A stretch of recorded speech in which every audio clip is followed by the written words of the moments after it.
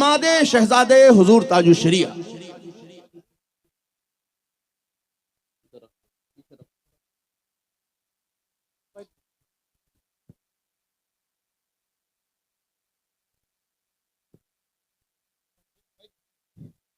السلام علیکم ورحمۃ اللہ تعالی وبرکاتہ۔ نحمده ونصلی ونسلم علی رسولہ الکریم وآلہ وصحبہ الکرام اجمعین ومن تبعہم بإحسان الی یوم الدین۔ اما بعد فاعوذ باللہ من الشیطان الرجیم، بسم اللہ الرحمن الرحیم۔ اولئک کتب فی قلوبہم الایمان، صدق اللہ مولانا العظیم وبلغنا رسولہ النبی الامین الکریم ونحن علی ذلک لمن الشاہدین والشاکرین والحمد للہ رب العالمین۔ حضرات گرامی، آپ لوگ بہت دیر سے سیف رضا حضرت علامہ عبد المصطفیٰ صاحب قبلہ مدد ظلہ العالی کا خطاب اصلاح عقائد اور اصلاح عمل کے تعلق سے سماعت کر رہے تھے۔ ان کے بعد میرا کچھ بھی کہنا بے ادبی، لیکن پھر بھی اب انہی بزرگوں کا حکم ہوا، اس لیے میں بھی دو چار باتیں عرض کر کے انشاءاللہ جو اصل مقصد ہے اس کی طرف آپ کو لے آئیں گے۔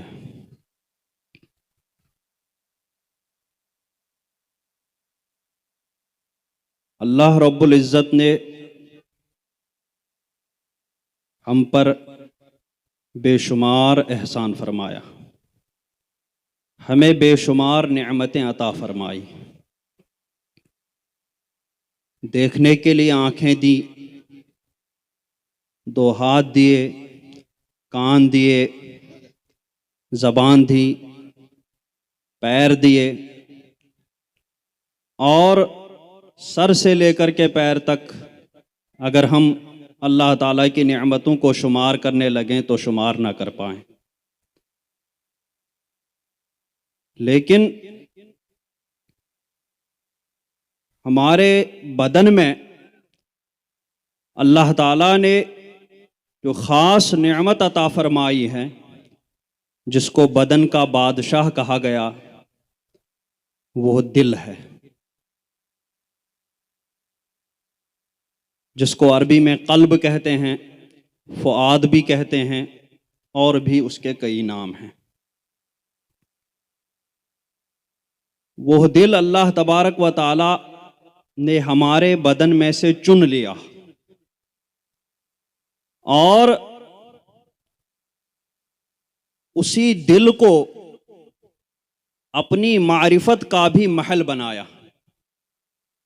ایمان کا بھی اسی دل کو محل بنایا، عقل بھی اسی دل میں ودیعت فرمائی، علم بھی اسی دل میں رکھا، اور اپنا خوف وہ سب اسی دل میں ہے۔ توبہ کرتا ہے آدمی تو وہ بھی اسی دل سے، اللہ رب العزت کی بارگاہ سے امید رکھتا ہے، رجا کرتا ہے تو وہ بھی یقین رکھتا ہے تو وہ بھی دل میں،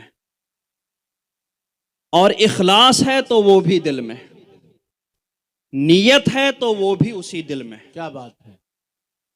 غرض دل اللہ رب العزت نے ہمیں ایسی نعمت عطا فرمایا ہے کہ ہمارے تمام کمالات کا اس کو جامع بنایا ہے۔ سبحان اللہ۔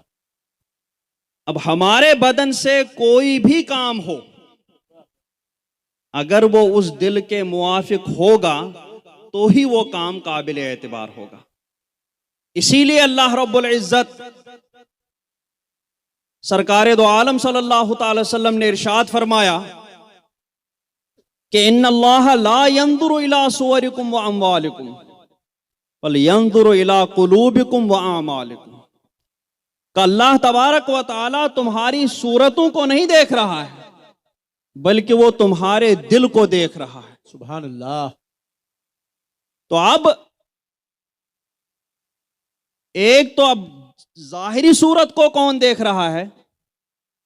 وہ ظاہر سی بات ہے، اللہ تبارک و تعالیٰ تو ظاہری صورت کو نہیں دیکھ رہا ہے، وہ صرف دل کو دیکھ رہا ہے۔ تو اب ہمیں اپنی ظاہری صورت سجانے کے بجائے پہلے ہمیں اپنے دل کو سنوارنا چاہیے۔ بات ہے، سبحان اللہ سبحان اللہ۔ اس لیے کہ ظاہری صورت کو لوگ دیکھیں گے اور دل کو اللہ رب العزت دیکھے گا۔ بے شک بے شک۔ تو دل سے جو بھی کام ہوگا وہ نیت کے ساتھ ہوگا، اخلاص کے ساتھ ہوگا۔ تو ہمارے ہاتھوں سے بھی اگر کوئی کام ہوگا، اگر وہ دل کے مطابق ہے، اخلاص کے مطابق ہے، نیت کے مطابق ہے، تو اللہ رب العزت کی بارگاہ میں وہ کام قابل قدر ہوگا۔ نیت کے بارے میں احادیث میں آیا ہے، بزرگوں نے فرمایا ہے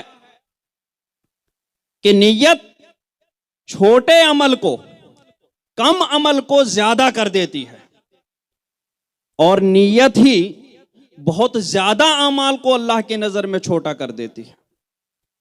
یعنی نیت اگر صحیح ہو، نیت اگر اخلاص کے ساتھ ہو اور عمل کم ہو، تو وہی عمل اللہ رب العزت کی بارگاہ میں بہت زیادہ ہو جاتا ہے۔ اور اگر اعمال بہت ہیں، زندگی بھر عبادت و ریاضت کی، لیکن اللہ رب العزت کی خاطر نہیں، نیت میں خلوص نہیں تھا، تو وہ ساری کی ساری عمل بیکار ہو جائے گی، اس کی کوئی قدر و قیمت نہیں ہوگی۔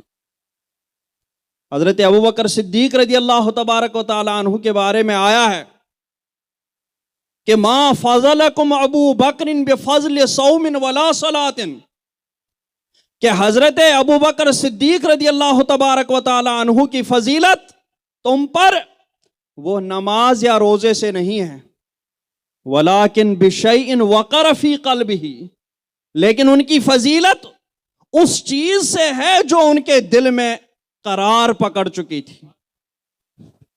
تو حضرت ابوبکر صدیق رضی اللہ تبارک و تعالی عنہ کی نمازیں تو بہت زیادہ نہیں تھی،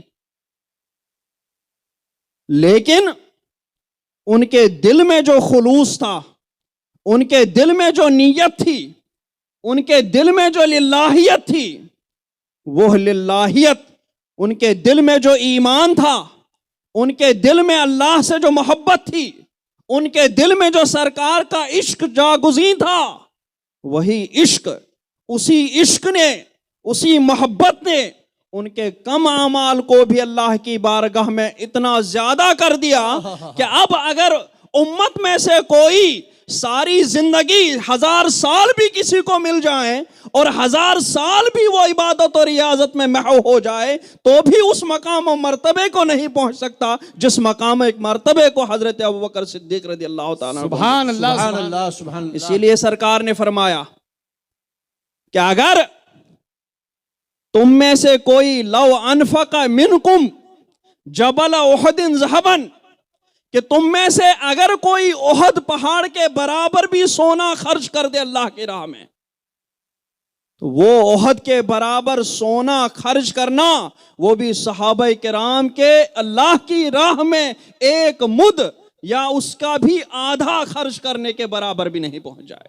جی سبحان اس اللہ۔ لیے کہ ان بزرگوں کی نیت، ان بزرگوں کا، ان صحابہ کرام کا خلوص اور ان کا ایمان جو ان کے دل میں گھر چڑھ چکا تھا، اس ایمان کے برابر ہمارا ایمان کبھی بھی نہیں پہنچ سکتا۔ تو دوستو، دل کی بڑی اہمیت ہے۔ دل کو کہا گیا کہ القلب ملکن، دل بادشاہ ہے، والاعضاء جنودہ، اور اس کے جو اعضاء ہیں باقی، ہاتھ پیر وغیرہ، وہ سب اس بادشاہ کا لشکر ہیں، اس بادشاہ کی رعایا ہے۔ تو اذا طاب الملک طاب الجنود، جب بادشاہ اچھا رہے گا تو باقی رعایا بھی اچھی رہے گی، لیکن جب بادشاہ خراب ہو جائے گا، وَإِذَا خَبُثَ الْمَلِكُ خَبُثَتِ الْجُنُودُ كُلُّهَا، اور جب بادشاہ خبیث ہو جائے گا، بادشاہ خراب ہو جائے گا تو اس کی رعایا اور اس کا لشکر خود خراب ہو جائے گا۔ اور ایک اور عربی میں کہاوت کہی جاتی ہے، الناس علی دین ملوکہم، لوگ اسی دین پر ہوتے ہیں جو ان کے بادشاہ کا دین ہوتا ہے۔ تو اگر دل میں خلوص موجود ہے تو اب ہاتھوں سے اگر ہم کوئی کام کریں گے تو وہ کام بھی خلوص کے ساتھ ہی ادا ہو جائے گا۔ اگر پیر کسی کام کے لیے چل پڑیں گے، دل میں خلوص موجود ہے تو وہ پیروں والا کام بھی خلوصی کے ساتھ شمار ہو جائے گا۔ سرکار دو عالم صلی اللہ علیہ وسلم نے فرمایا کہ بدن میں ایک ٹکڑا ہے کہ اذا صلح صلح الجسد کلہ، کہ جب وہ ٹکڑا نیک اور صالح ہو جائے گا تو پورا کا پورا بدن نیک ہو جائے گا۔ وَإِذَا فَسَدَ فَسَدَ الْجَسَدُ كُلُّهُ، اور جب وہی ٹکڑا خراب ہو جائے گا تو سارا کا سارا بدن خراب ہو جائے گا۔ تو دوستو، ہم کوئی بھی کام کریں، دین کا کوئی بھی کام کریں، اس میں ہماری نیت اور ہمارے اندر خلوص ہونا چاہیے۔ وہ کام دل سے اللہ رب العزت کے لیے کریں گے تو ہی وہ کام اللہ رب العزت کی بارگاہ میں مقبول ہوگا اور اس کا اجر و ثواب ہمیں ملے گا۔ حدیث میں آیا ہے کہ قیامت کے دن فرشتہ ایک بندے کا نامہ اعمال لے گا اور پڑھتا جائے گا، اس کا عمل، اس نے یہ عبادت کی، اس نے وہ عبادت کی، اس نے فلاں عبادت کی، یہاں تک کہ بے شمار اس کے نامہ اعمال میں نیک کام ہوں گے، لیکن اللہ رب العزت ارشاد فرمائے گا کہ اس کا کوئی بھی عمل میری بارگاہ میں مقبول نہیں ہے، کیونکہ اس نے دل سے میری خاطر کوئی بھی کام نہیں کیا تھا۔ اور دوسرے آدمی کا نامہ اعمال پڑھا جائے گا، بہت تھوڑے عمل ہوں گے، بہت کم کام ہوگا، لیکن نیت اس کی خلوص کے ساتھ اس نے وہ کام کیے ہوں گے۔ وہ فرشتہ جب پڑھے گا تو اللہ رب العزت سے عرض کرے گا کہ یا اللہ اس کا اتنا ہی عمل ہے، تو اللہ رب العزت اس فرشتے سے ارشاد فرمائے گا کہ اگرچہ اس کا عمل بہت کم ہے لیکن اس نے وہ عمل خالص میری خاطر کیا تھا، اس لیے اس کا وہ عمل بہت زیادہ ہے میری بارگاہ۔ تو کوئی بھی کام کریں خلوص کے ساتھ کریں۔ ہمارے اندر اس وقت یہی خلوص بالکل غائب ہو چکا ہے، یہی نیت ہمارے اندر غائب ہو چکی ہے، اس لیے ہمارا کوئی بھی کام نہیں بن پا رہا۔ ہم کہتے رہتے ہیں کہ ہم تو نمازیں بھی پڑھتے ہیں، ہم سجدے کرتے ہیں، ہم اتنے نذر و نیاز کرتے ہیں، ہم اتنے فاتحہ کرتے ہیں، ہم اتنے بزرگوں کی بارگاہ میں جاتے ہیں، پھر بھی ہم لوگ کیوں مصیبت میں مبتلا ہیں؟ پھر بھی ہماری دعا کیوں نہیں سنی جاتی ہے؟ پھر بھی ہم نمازیں پڑھتے ہیں اللہ رب العزت کے لیے، وہ ہماری دعا قبول کیوں نہیں کر رہا ہے؟ تو دوستو، اس کی وجہ صرف اور صرف یہی ہے کہ ہم خالص اللہ رب العزت کے لیے جو خلوص چاہیے وہ خلوص ہمارے اندر حتی الامکان پایا نہیں جا رہا ہے۔ ہمارا کوئی بھی عمل ریا، عجب، خود پسندی وغیرہ بہت ساری چیزیں ہیں، کہیں نہ کہیں سے ہمارے اعمال میں کوئی ایسی کوتاہی ہو جاتی ہے کہ جس کو اللہ رب العزت کی بارگاہ میں مقبول ہونے سے وہ دیوار بن جاتی ہے اور اس کی بارگاہ میں مقبول نہیں ہو پاتا۔ جب ہمارے اعمال ہی مقبول نہیں ہو رہے ہیں تو ہم چاہیں کتنے بھی ہاتھ اٹھائیں، کتنی بھی دعائیں کریں گے تو دعائیں بھی شرطوں کے ساتھ مقبول ہو جائیں گی، تو ان دعاؤں کے لیے بھی جب شرطیں پائی جائیں گی تو اللہ رب العزت ضرور دعا قبول فرمائے گا، کیونکہ اس نے وعدہ فرمایا ہے ادعونی استجب لکم، تم مجھ سے دعا کرو میں تمہاری دعا قبول کروں گا۔ جب اس نے خود وعدہ فرمایا ہے تو اس کا وعدہ سچا ہے، اس کا وعدہ کبھی غلط نہیں ہو سکتا، اس کا وعدہ کبھی خلاف نہیں ہو سکتا، پھر ہماری دعا قبول کیوں نہیں ہو سکتی؟ اس لیے کہ اس میں کہیں نہ کہیں سے کوئی کوتاہی اور کوئی کمی ضرور ہوتی ہے، جس کی وجہ سے ہماری دعائیں مقبول نہیں ہو پاتی ہیں، یا پھر مقبول ہوتی ہیں تو کسی وقت کے لیے مؤخر ہو جاتی ہیں۔ بس میں اسی پر اپنی بات ختم کروں گا۔ ابھی آپ وعدہ کریں گے، مرید ہو جائیں گے، مرید میں بھی آپ لوگ بہت وعدہ کریں گے کہ ہم نماز روزے کے پابند رکھیں گے، لیکن وہ وعدہ بھی بہت زیادہ تر زبانی رہتا ہے، اس میں بھی دل کا بہت ہی کم حصہ رہتا ہے۔ اس وجہ سے مرید ہونے کے بعد بھی ہم اپنے آپ کو اسلامی چال چلن میں ڈھال نہیں پاتے ہیں، ہمارے چال چلن میں کوئی فرق نہیں آتا ہے، اس وجہ سے ہمارے بہت سارے کام رہ جاتے ہیں۔ اللہ رب العزت ہمیں ہر کام خلوص سے کرنے کی توفیق رفیق عطا فرمائے اور ہمیں بزرگوں کے نقش قدم پر چلنے کی توفیق عطا فرمائے۔